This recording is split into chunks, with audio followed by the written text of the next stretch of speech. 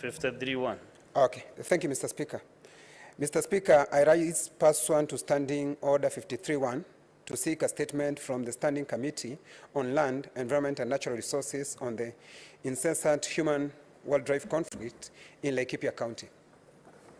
In the statement, the committee should, 1, explain the reasons for the inaction by the Kenya Wildlife Service in dealing with the incessant destruction of food crops by elephants, zebras, buffalo, and other wildlife, despite the numerous complaints by the residents of Laikipia County, especially the areas of Naibrom, Kafage, Muramati, Sirare, Mutara, Mbogoine, etc. 2, state the compensation measures and mechanism in place to compensate families affected by conflicts, particularly stating the measures the government is taking to compensate the family of one Wodua Waweru Kamoshe, who was killed by an elephant in Sirare near Nyahururu.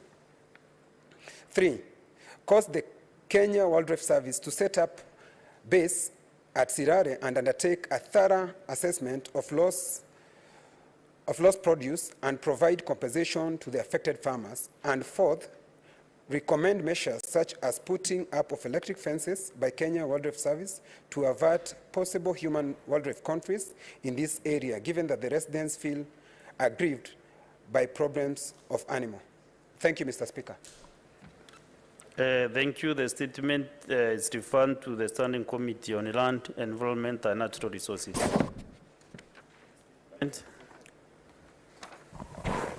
Can I proceed with the next statement? statement? Please. 52-1.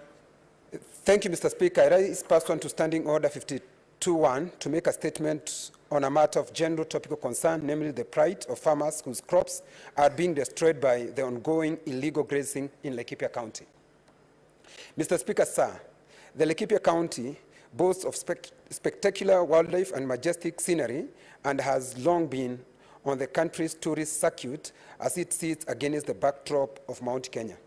However, due to the debilitating drought situation currently prevailing in the country, pastoralists are illegally bringing tens of thousands of cattle to private and community lands in search of water and grazing lands, often bringing them into conflicts with the landowners and displacing wildlife.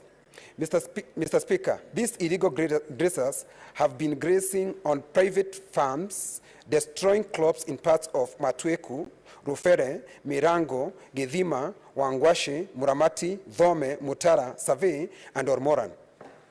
Though the animals are driven away by security forces, they are often brought back immediately, much to the chagrin of farmers. When they come in, they smash fences, buildings, security houses, solar panels, electric energizers, and all forms of infrastructure. Mr. Speaker, sir, the issue of illegal grazing is nothing new to Laikipia County. As far as 2016, there have been altercations between owners of private ranches and farmlands in the county and these illegal herders.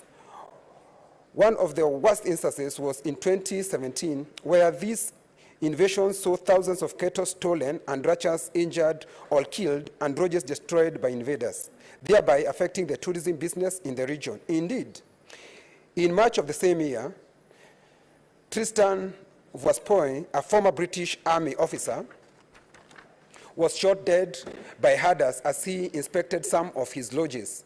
Suyan and Roysaba lodges were most affected before security officers contained the situation after almost a year.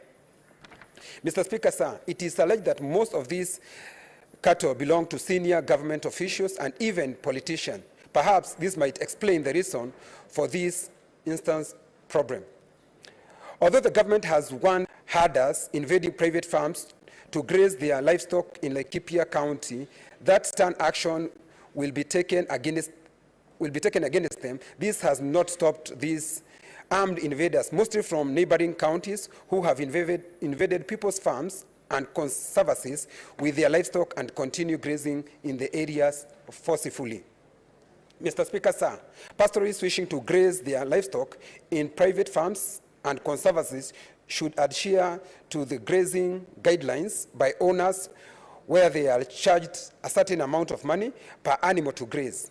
They should not graze their animals with impunity on people's farms, and the government has the responsibility to protect private property. Mr. Speaker, sir, much as we may sympathize due to the fact that the increasing intensity of drought is amplifying the vulnerability of the community and the ability to cope, and that the prolonged drought has led to majority of pastoralist community losing their livestock, it should not warrant the unbecoming behavior currently being perpetrated in Laikipia County.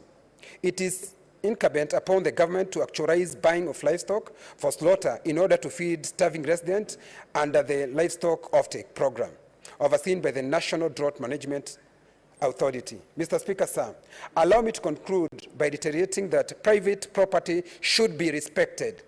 Mr. Speaker, I repeat, should be respected. If the government is unable to offer protection to these farmers, they should be compensated for the huge losses brought upon them by the illegal grazers out of control's action.